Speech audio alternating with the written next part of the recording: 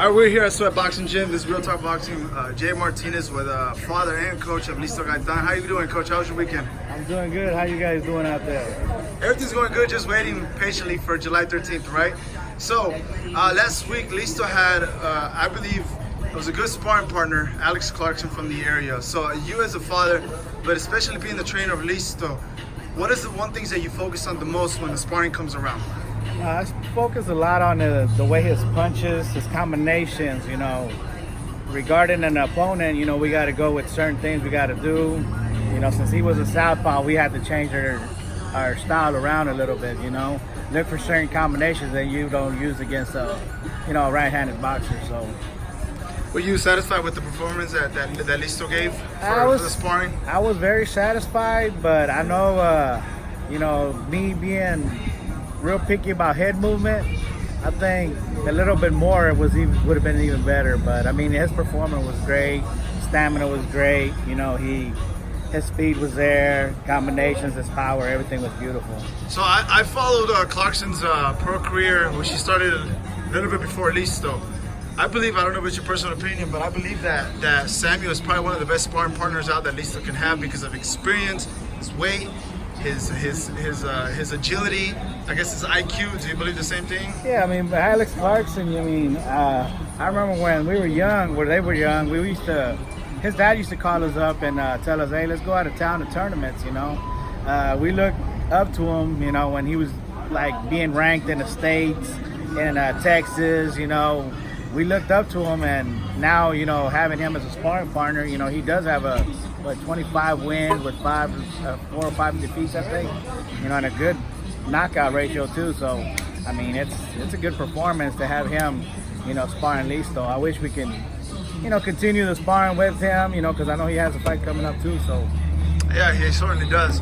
So it's less than a month now from July 13th. What is one of the things that you do with Listo at the last one? Because the last month is crucial to dropping the weight, to making sure everything's coming out crisp. So what is one of the main focuses that you put on Listo to make sure everything's tuned up for July 13th? He's real professional about what he does. He starts running in the morning very early.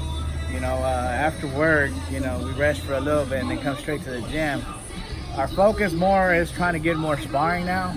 I believe at least 50 to 60 rounds of sparring was what I think he should be getting before, his fight, which is really 3 weeks because you don't count the last week. It's more like rest, recuperation, so that's what. How relaxed do you feel right now knowing that Listo's getting a good preparation here with Hector Vasquez and as well with yourself? Well, I'm always comfortable with Hector. Me and him see pretty good eye to eye. Everything that we always we're always on the same page. When we see certain things, we gotta adjust, And he'll ask me, and if I give him my opinion, he's like, yes, that's true, correct. When he asks me, what I see wrong, it's usually our opinion is about the same. So that's good, And he's also been helping us since the amateur. So it's good to have him in our corner helping us.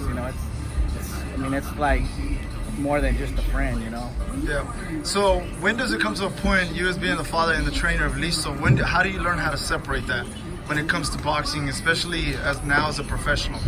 Well, I don't think I've ever separated it because, I've been doing this with him with 15, 16 years now.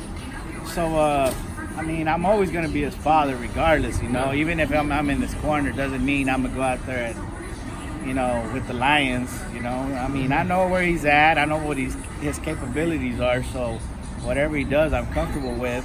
And like I said, I work with him. I see his mistakes, any little mistakes, which is not a lot anymore, And especially working with Hector, like I said, I'm still a father regardless, He's still my son. He's still going to be my boy regardless, So a couple of weeks ago, I went to the Maurice Hooker and Jose Ramirez press conference. I had the opportunity to talk to Robert Garcia.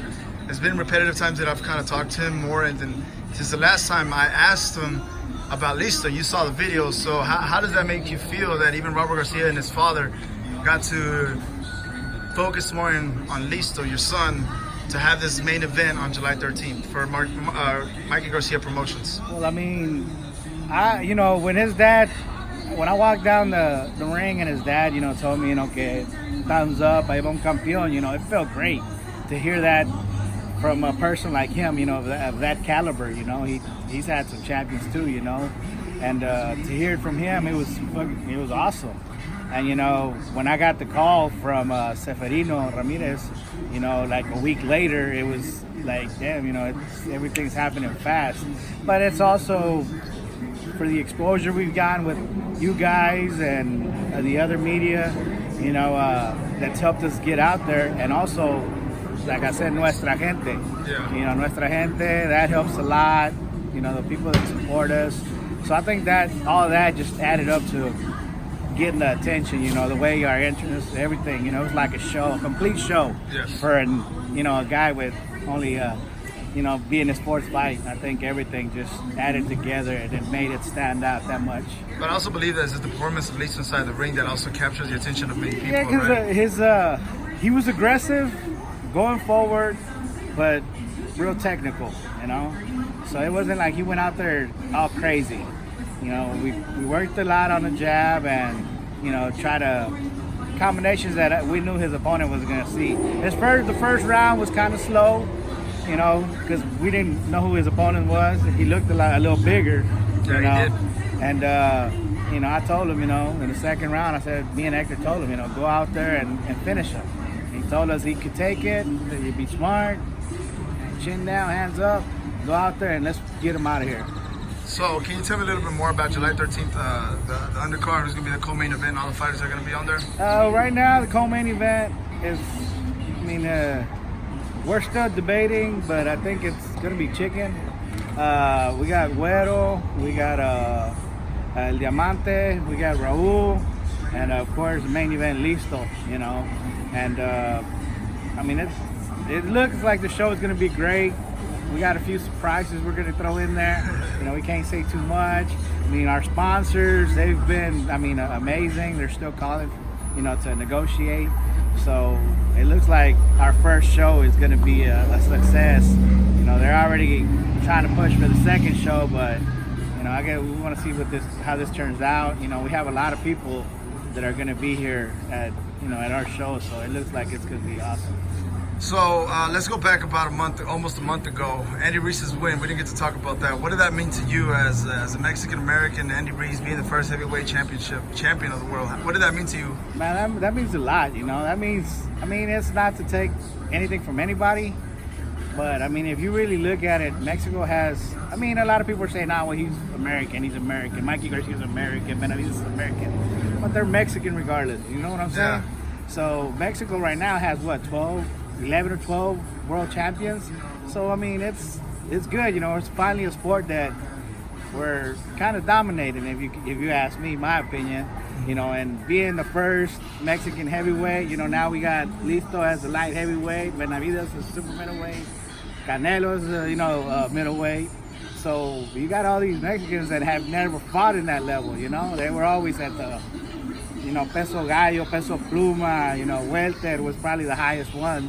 Yeah. Man, and when Andy Ruiz won, man, it was like New Year's to me, It should be a damn, what should we call it? Independence Day or Independence something, Day, holiday off. We should have off, just say fuck it. A day without Mexicans, because we, But his performance, you can't take it away from him. No, I don't not care at all. what people say.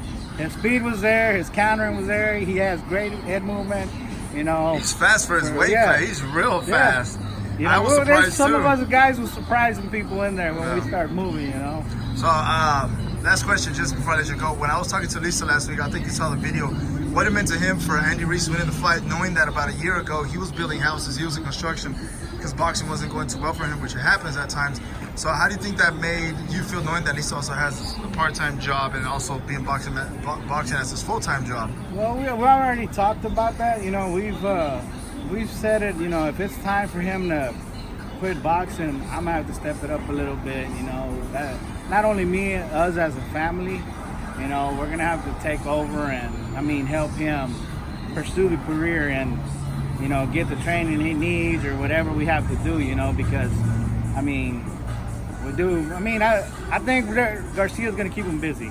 That's what they're trying to have him pretty busy, so I think he ain't gonna have no problem, you know, signing on his fourth fight. You know, there's people that go 10, 15 fights without getting signed, you know, so if we keep doing good, I think he's gonna be good, and if he has to quit working, you know, that, you know, maybe we gotta. You have to hit that overtime, coach. Start applying for Uber, EBT or whatever that shit is. You know, if anybody can hook me up with what's that, housing, and I don't know what it's called. Airbnb.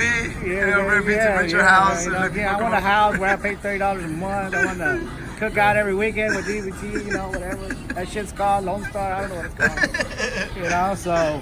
I mean, and I'll probably start asking for donations too, you know. GoFundMe. Yeah, GoFundMe for my new house and my new ride, you know. Help Listo get up there where he wants to, so.